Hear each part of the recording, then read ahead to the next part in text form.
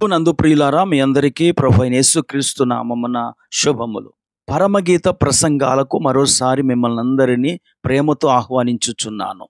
నేటి ధ్యానం కొరకు పరమగీత గ్రంథం 1వ అధ్యాయం 16వ వచనాన్ని చదువుకుందాం. నా ప్రియుడా, నీవు సుందరుడవు, అతి మనోహరుడవు, మన శయన స్థానము పచ్చని చోటు. ప్రియులారా, ఈ వచనములోని మొదటి వాక్యమును అనగా, నా ప్రియుడా నీవు సుందరుడవు, అతి మనోహరుడవు అనే అంశాన్ని గత వీడియోలో మనం ధ్యానం చేశాం. నేటి వీడియోలో మన శయన స్థానము పచ్చని చోటు అనే మాటను ధ్యానం చేద్దాం. షూలమ్మితి తన ప్రియునితో చెబుతూ ఉన్నది, మన శయన స్థానము పచ్చని చోటు అని. బైబిల్ గ్రంథములో పచ్చని చోట్లు విగ్రహారాధనకు ఉపయోగపడేవి.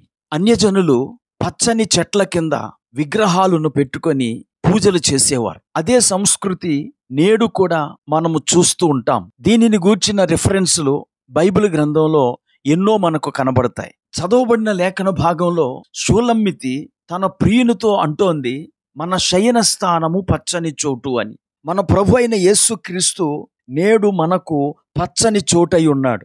దావీదు భక్తుడు 23వ కీర్తనలో పచ్చిక గల చోట్ల ఆయన నన్ను పరుండ చేయుచున్నాడు అని దేవునిని గురించి స్తుతిస్తూ ఉన్నాడు. అంటే దేవుడు దావీదును పచ్చని పచ్చిక గల చోట్ల పరుండ చేసి విశ్రమింపజేస్తున్నాడు అనేది దావీదు యొక్క సాక్ష్యం. గొర్రెల కాపరులు తమ గొర్రెలను పచ్చని చోట్లను పరుండ పెడతారు. ఆ పచ్చని చోట్లలో గొర్రె పడుకోవాలంటే గొర్రెకు 4 విషయాలలో అభయం కావాలి. మొదటిది, అక్కడ తోడేళ్ల వంటి క్రూర మృగాలు ఏవీ లేవని గొర్రెకు అనిపించాలి. అనగా ఏ విధమైన భయాందోళనలు లేనప్పుడే గొర్రె ఆ పచ్చని చోట్లలో విశ్రమిస్తుంది. ఇక రెండవదిగా, గొర్రెకు తమను పొడిచి బాధ పెట్టే పొట్టేళ్ల వంటివి ప్రక్కన ఉంటే అవి పరుండవు. గనుక ఇతరులతో ఘర్షణ లేని వాతావరణం ఉన్నప్పుడే గొర్రె విశ్రమిస్తుంది. ఇక మూడవదిగా, గొర్రె పరుండే స్థలము పరాన్న జీవులు మరియు ఈగల వంటివి లేకుండా ఉండినప్పుడు అది అక్కడ విశ్రమిస్తుంది. ఇక 4వదిగా, గొర్రె పరుండాలంటే దాని కడుపు నిండాలి. ప్రియులారా, మన దేవుడు ఈ 4 విషయాలలో మనకు అభయాన్ని ఇస్తాడు. గనుక గొర్రెలకు పచ్చిక గల చోట్లు ఎలాగూ విశ్రమ స్థానాలో, అలాగే క్రీస్తును అంగీకరించిన మనకు క్రీస్తే మన పచ్చని చోటై ఉన్నాడు. అయితే ఆయన ఎలాంటి పచ్చని చోటు అంటే ఎత్తైన పచ్చని చోటు. యెషయా గ్రంథం 49వ అధ్యాయం 9వ వచనంలో, చెట్లు లేని మిట్టెల మీద వారికి మేపు కలుగును అని మనం చూస్తాం.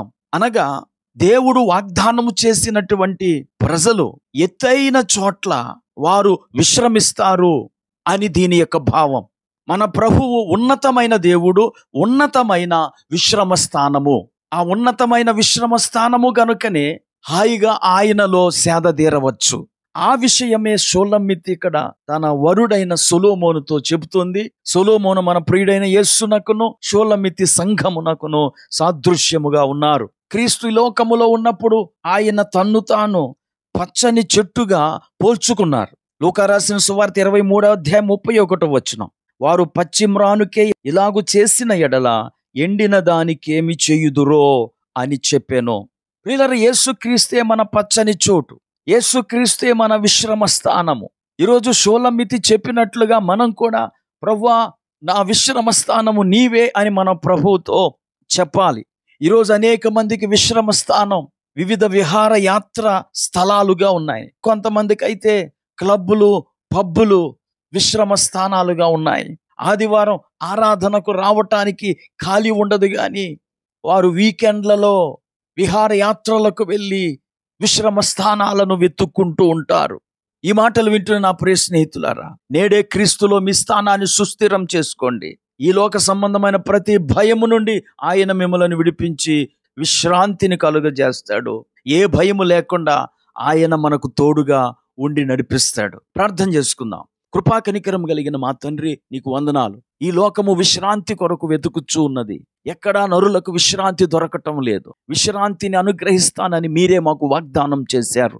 ఈ మాటలు వింటున్న మా వీక్షకులందరూ మా శయన స్థానము పచ్చని చోటైన నీ సన్నిధి అని గ్రహించి నీ సన్నిధిలో సేదదీరి ఆదరణ పొందే భాగ్యము అనుగ్రహించమని యేసుక్రీస్తు నామమున ప్రార్థించి వేడుకుంటున్నాము. ఆమేన్.